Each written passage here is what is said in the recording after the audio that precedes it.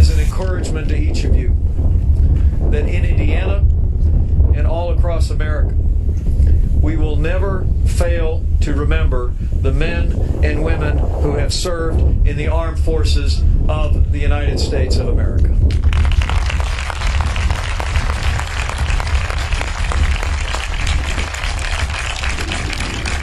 I will say it's humbling for me to be with you today. It's a joy.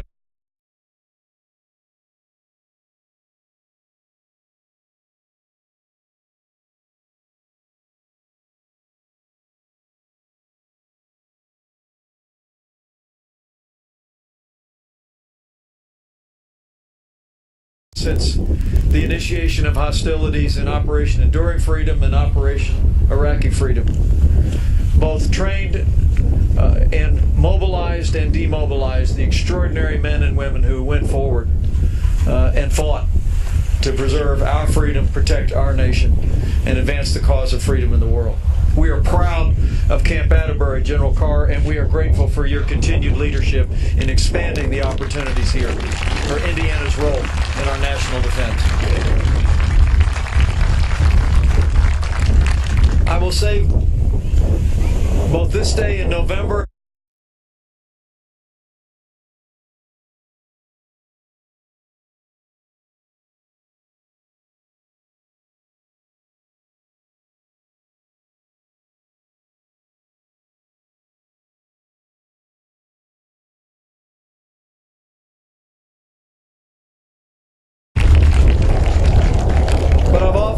that maybe it's altogether fitting that those of us who have benefited by the selfless and courageous service of men and women who have answered the call of this country are heard from today. Because it is we who owe the debt to you. And so on Veterans Day and on that other precious day of the spring, perhaps it's altogether fitting to hear from people like me. Now, here in the state of Indiana, which is home to nearly 500,000 veterans,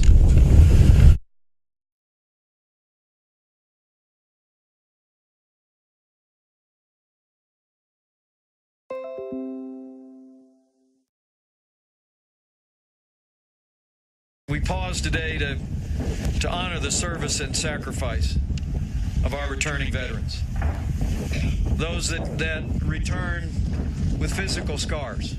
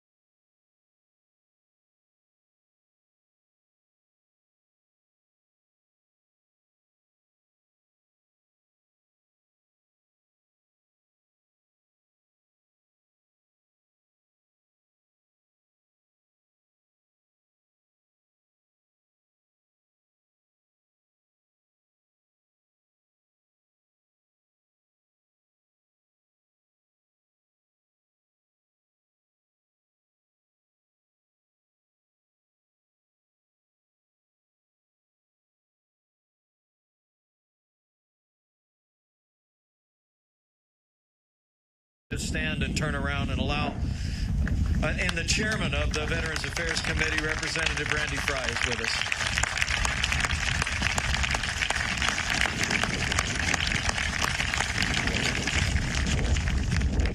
These are all legislators who have stepped forward and in a very real sense redoubled Indiana's commitment to our veterans. And on behalf of the people of Indiana, I thank you. I thank you for cherishing and caring for those who step forward to serve our nation. It's important to recognize that not all of the challenges that our veterans face upon returning home are physical.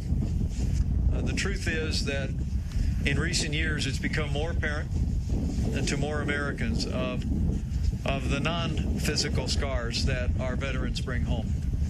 I'm personally grateful to Senator Joe Donnelly, who worked in a bipartisan way to pass legislation this year to ensure the members of our armed forces and our veterans have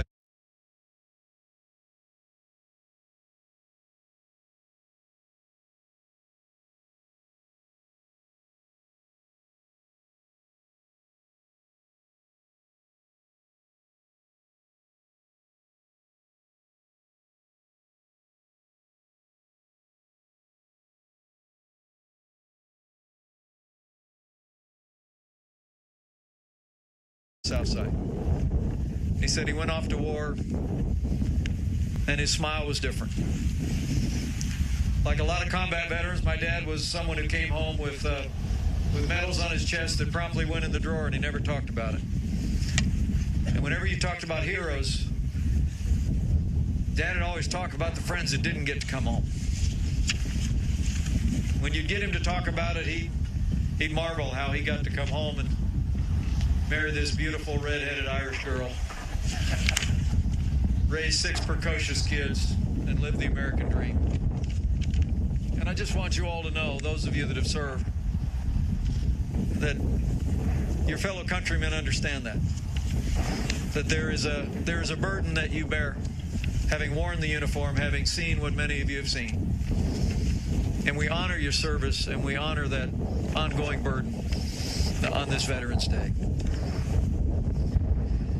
Lastly, I know I speak on behalf of all the veterans who are here when I say that those who serve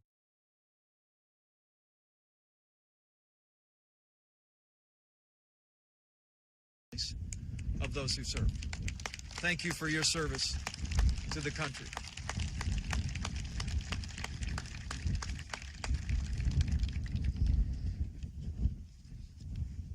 For their service and sacrifice, we owe veterans and their families a debt we can never fully repay.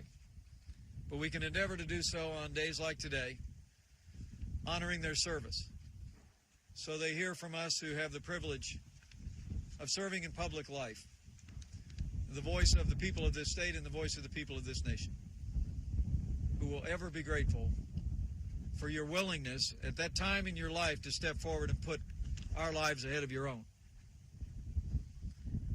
But let me also say that we honor their sacrifice and their service by keeping our promises to our veterans.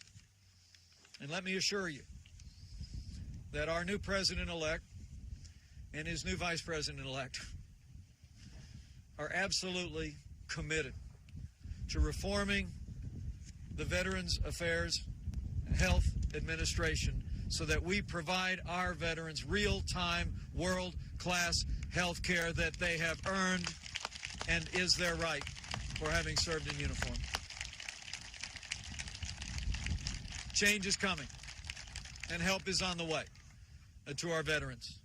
And I can assure you that, having traveled with our president-elect and heard him speak with our veterans and to our veterans across the country, he is passionate to keep our promises to our veterans.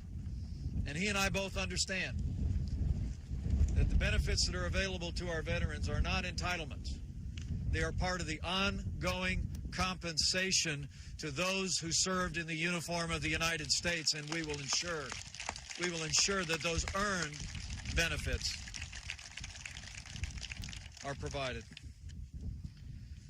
Well, it's very humbling for me to be with you today. It truly is. And not more than a little bit emotional. But I'm mindful as I sat down of my prior service in Washington, D.C., and having just gotten hired on again, I will tell you that it would be 16 years ago when I was looking to serve my hometown just down the road in Washington, D.C. My first trip to our nation's capital, I made my way over to the Iwo Jima Memorial. And I'll never forget walking through. I'd read a book about the flag raisers, which I'd recommend to anyone here. It's a very human story about those courageous Marines and one Navy corpsman who got that flag up on Mount Suribachi. But as I walked through the trees, the sun was setting. As I walked through the trees, I was struck with an image which would stay with me throughout all my years of service, and I'll carry that image to my new office that I visited yesterday in the West Wing. And it simply was, as I came through the trees, I saw that the largest bronze statue in the world depicting those flag raisers at Iwo Jima. But then beyond it, within the same line of sight, was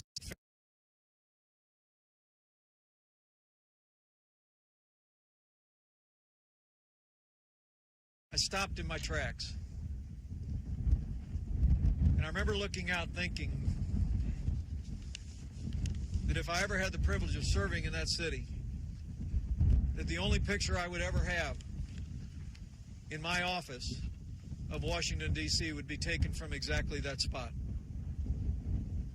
Because I had concluded that no one should look upon that city without having to look past the heroes that made it possible. So for 12 years in the Congress of the United States, in a gift my wife gave me the night I was elected to Congress, there was a photograph of the Capitol taken from exactly that spot. And I will now take that photograph and hang that photograph in the office of the Vice President of the United States on January 20th.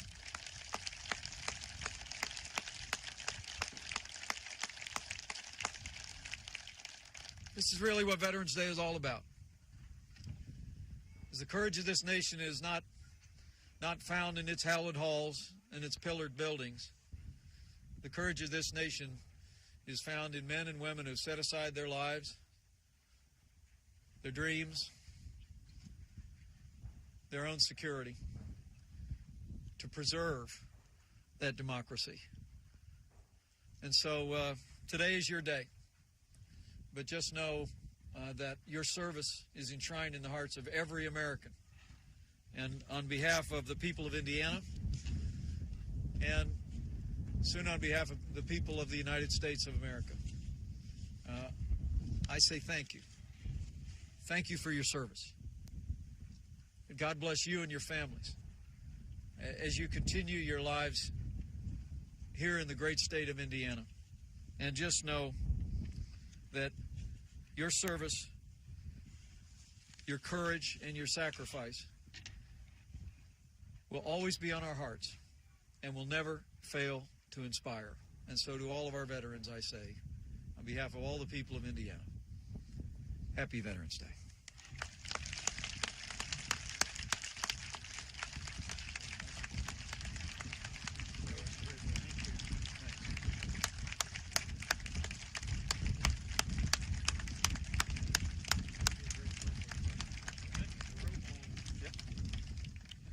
Ladies and gentlemen, this concludes today's program. Thank you once again for joining us on this beautiful and somewhat windy Hoosier Fall Day here at Camp Atterbury. Thank you for serving, and thank you for keeping all of those who still serve in your thoughts and prayers on this Veterans Day. Thank you.